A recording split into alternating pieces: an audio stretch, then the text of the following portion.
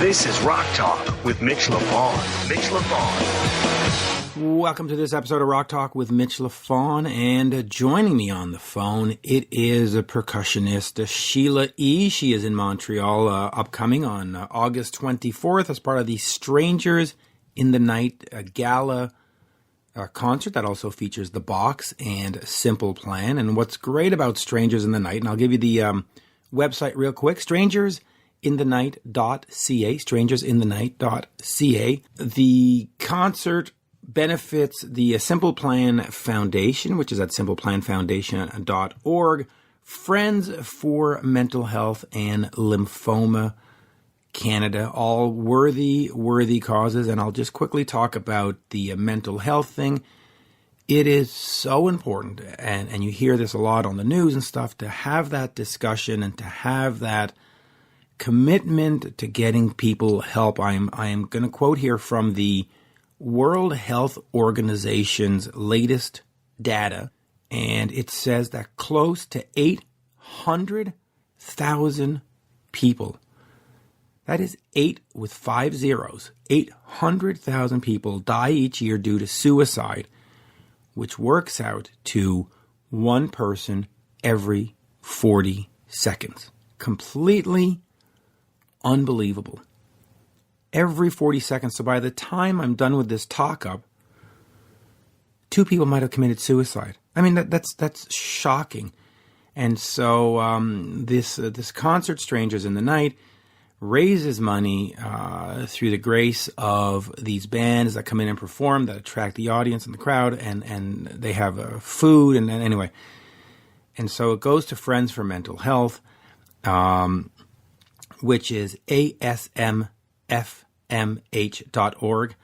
asmfmh.org, and also Lymphoma Canada and the Simple Plan Foundation. So I had a chance to talk to Sheila E. about coming to Montreal to perform at this event, the strangersinthenight.ca, and also a little bit about her career and some of her foundation work too, because she has a foundation as well. And so we discuss all of that. And as you remember, in April, my co-host, Alan Niven, attempted to take his own life, which is why in May and in June you didn't hear him on the show anymore. He has again started coming up and doing the odd co-hosting spots, not every week, not every episode, but you also heard Ginger Wildheart of the Wildhearts come on an episode and talk about his suicide attempts. And so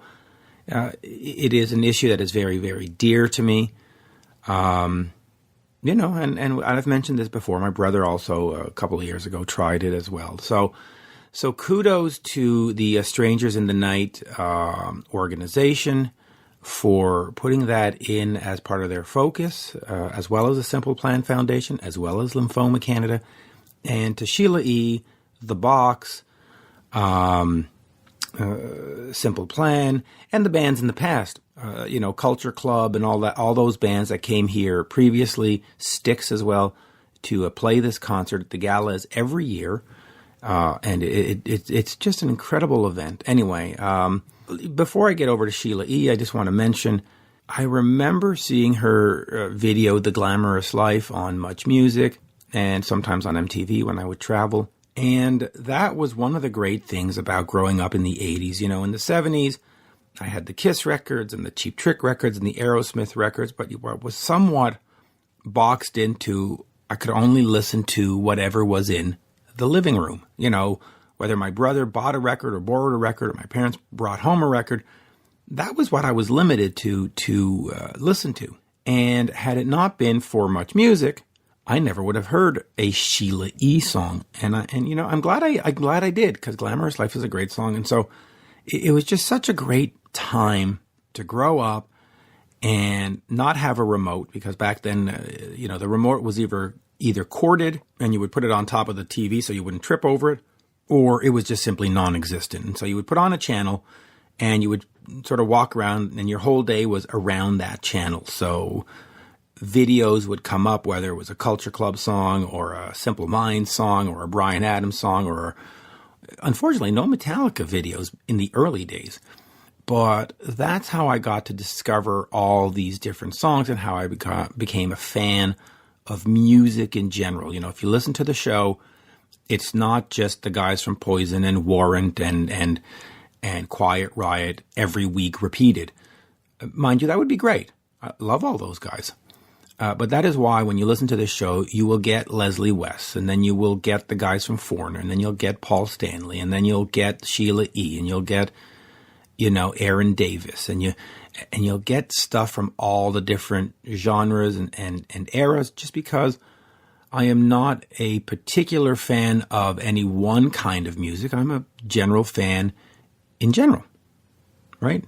Not to sound redundant, but anyway, the point being is that it was such a great time growing up in the 80s, and you would see this stuff. And so Glamorous Life was one of those songs that I never would have sought out. I never would have bought. If I had heard it on the radio, I probably would have just changed the channel. So to see it on TV, to see the visual, to see how she looked, to see her playing the drums, it just had an impact. And so, it's too bad. It's too bad that we don't really have that kind of impactful medium anymore. And people say, well, wait a minute, what about YouTube? And yeah, but there is a slight difference. Much music and MTV, you would just turn on and leave all day. You can't do that with YouTube. You have to go seek out the video. And I guess you could sort of let it play and it'll do selected videos. But, listen, this is not a sociology experiment, but I'm going to say that it's not the same. And also, when you watch YouTube, you don't have the DJs or the VJs talking stuff up, because sometimes the nonsense that they would say, which was probably all sound bites and pre-scripted, written by the record company to build some excitement, actually worked. And it built some excitement. You say, hey, this new band, you got to check that. And you'd be like, oh, I do. I got to check this out. And so you did. Anyway, let us get over to Sheila E. I think it is a fun conversation. Again, the concert in Montreal is August 24th, 2019. It is Strangers in the Night, strangersinthenight.ca if you want to check out, buy some tickets, donate to the causes. And of course, we've got the Simple Plan Foundation, and I will give you all the contacts again. simpleplanfoundation.org if you want to donate to that. Friends for Mental Health, or Amis de la Santé Mentale. So in French, the link I should say is ASM, Amis de la Santé Mentale, ASM, or Family Mental Health. So ASMFMH.org. Respectfully, you probably need a more user-friendly web link. Just anyway, I don't mean to badmouth them, but that's a bit of a tongue twister right there. And then of course lymphoma, lymphoma.ca for those who want to donate there. So there you go. And without further ado, here is the exceptionally delightful Sheila E. We are speaking with Sheila E. She will, of course, be just outside of Montreal in Pierrefonds on August 24th for the Strangers in the Night concert. It does support Lymphoma Canada and, of course, Friends for Mental Health. Sheila, talk to me about coming to this event and supporting these great causes. Oh, it's any time that I can lend a hand and either bringing awareness, or helping in any kind of way. I mean, I feel that as an artist, that is partly my responsibility to be able to do this and give back. It's really important for those who are suffering and in those communities. And, I'm always either affected or touched by someone, in my family or someone that I know, for a lot of different causes. So it's really important to give back. It really is. And by the way, thank you for coming. So let me ask you some questions about your career. The last album, Iconic Messages for America, it sort of was a reaction to what was going on politically in the States. but you had also some great players on there, including Ringo Starr, who you've toured with. Talk to me about that album and the importance of making an album that had a message to it. Yeah, at the time that I decided to do that record was at the time that we were starting our election, and I had already been mourning the loss of Prince, and then I felt like I was mourning the loss of our country, and I felt like I had never experienced any of this separation and division between our country and the way that things were moving forward. And prior years to that election, prior to, I had put together a folder that was entitled Politically Correct, that I knew 2 or 3 years before that election that I wanted to write something, but I knew that it would take me at least 6 months. And normally it doesn't take me that long to do a record, but I knew that in speaking from my heart and my voice to be heard, and things that I would like to talk about that people had not heard me talk about before in a song. So, long story short, I was not able to do that record right away, and I decided to go back and listen to songs that were really important in my life growing up in the 60s and 70s. And I found that there was so much relevancy. There were songs lyrically that were relevant to the times that we were dealing with in our country. And I thought, what better way to get the record out right away to get people's attention and bring them together and talk about peace and coming together. And, if there are any of the artists that I just so happen to choose, if, they're still around, or if, they're able to, willing their schedule, that they could be on the record as well. And that's why I wanted to do it, was to get it out right away, because those lyrics, they were very, very relevant and still are. They really are. And of course, I could explore that further, but we have limited time. So let me just get over here to Pete Escovedo, your father. He, of course, has played with Carlos Santana. Talk to me about his influence in your life and going into a musical career. How much did he show you, and how much did you look up to him and want to sort of say, hey, you know what, this playing drums thing is kind of cool? I watched my dad growing up throughout my elementary, junior high school. He had rehearsals with his band in the living room. They had jam sessions periodically, like more than 3 times a week. He practiced every single day, listening to music, LPs, and people that he was inspired by. So he was very influenced by these artists, and every day I would hear that music, and I was inspired as well, not knowing that I was just basically gathering all that information while he was doing his thing, and didn't know that I was taking it in like a sponge. Later on in my years in junior high school, I was right before junior high school, I was training to be in the Olympics. I was an athlete. I was in track and field. I loved sport. Still love sports, but I love sports. And my mom was an athlete, and I wanted to win a gold medal in the Olympics. So my focus was, I want to win a gold medal. I'm going to train. I'm breaking all these records in school that have been broken in 20 years, and I know that I can do it. I was very fast.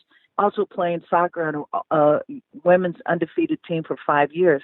So I was into it. I turned 15, and my dad's other percussion player in his band wasn't able to play.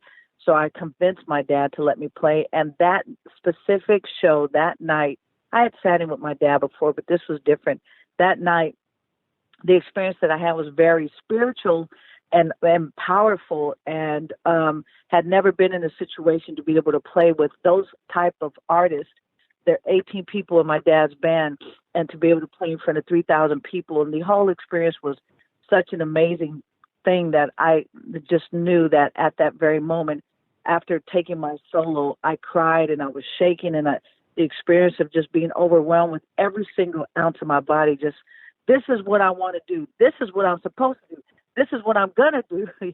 And after the show, I grabbed my dad. We both started crying. He's just like, what? Where did you learn all this? I was like, I don't know, watching you.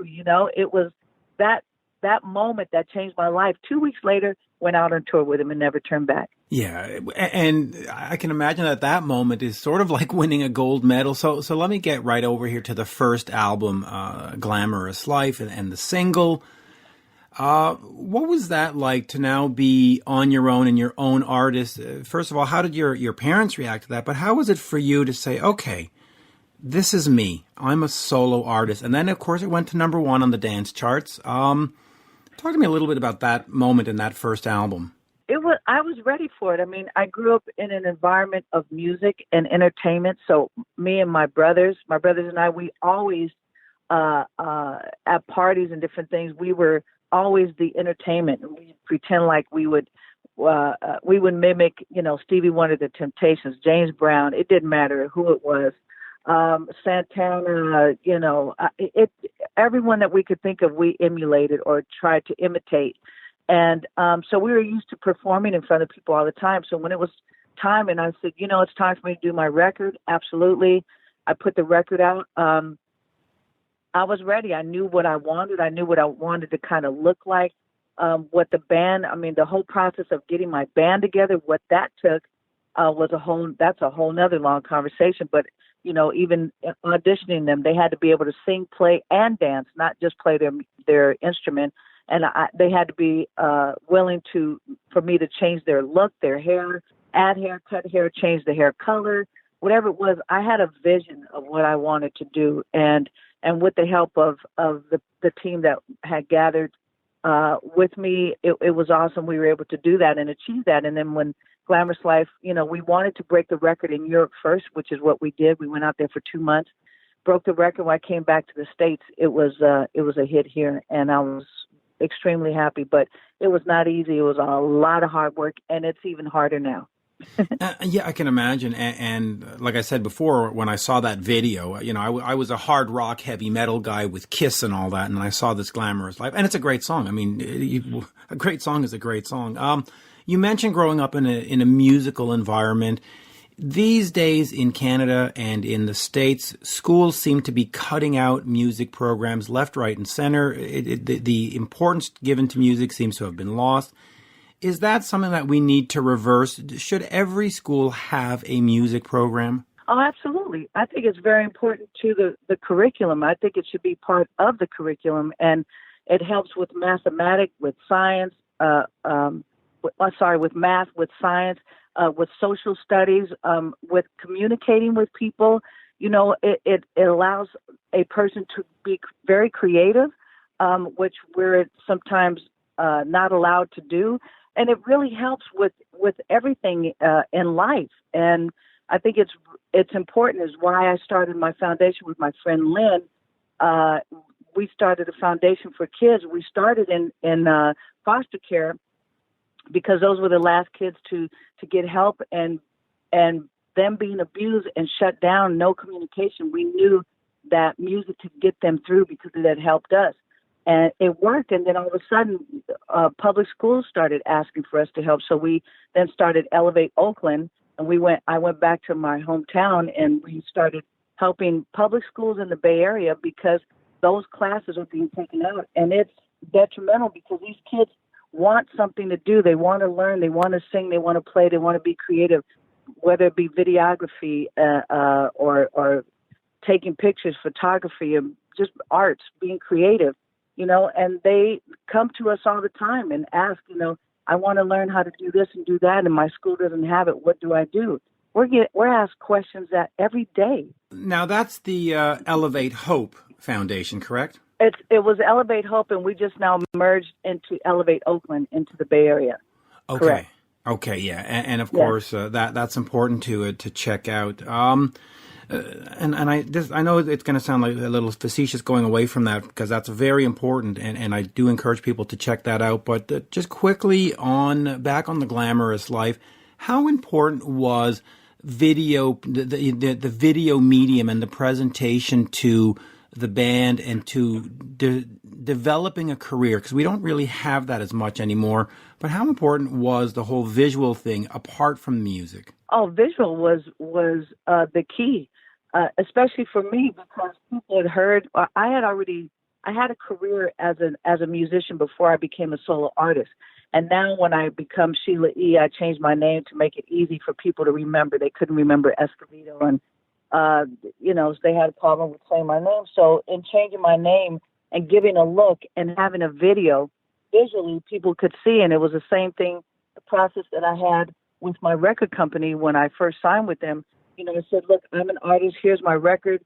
I finished it. Here's what it looks like. And I'm a musician, a singer who sings and dances, and I will front my band with the pair of timbales that I play. And they're like, we don't even know what timbales are.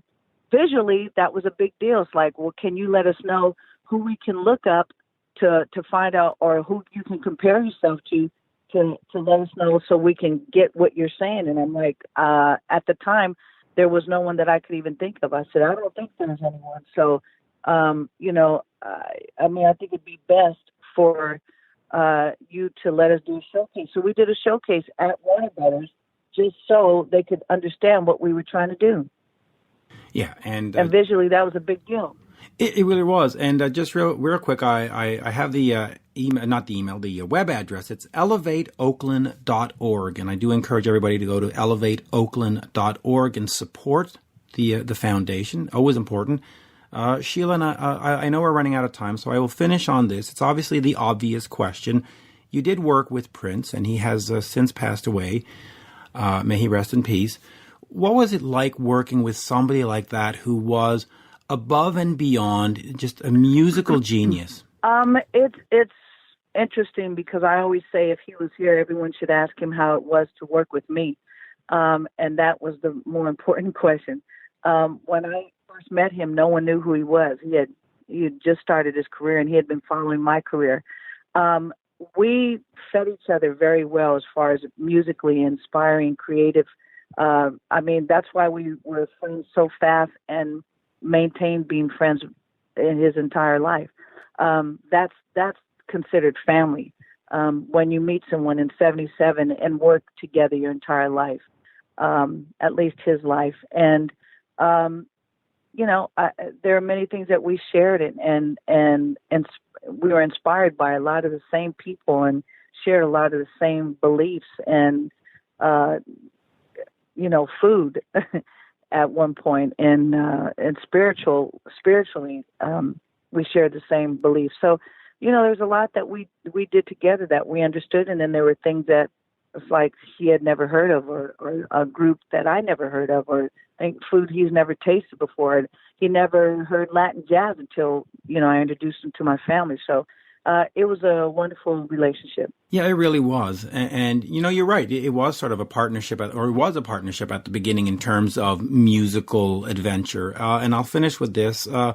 We mentioned the latest album. What's sort of the plan for making new music down the road? Is it something that now, given the market, it's just not worth it and I'll just go out and play the hits? Or is it something that creatively you still need to do just to get those juices flowing?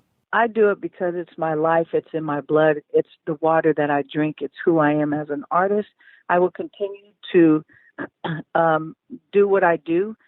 There is new music coming out, and in September, I already have like 15 songs that are almost completely done. I've got like another 6 that are ready to go.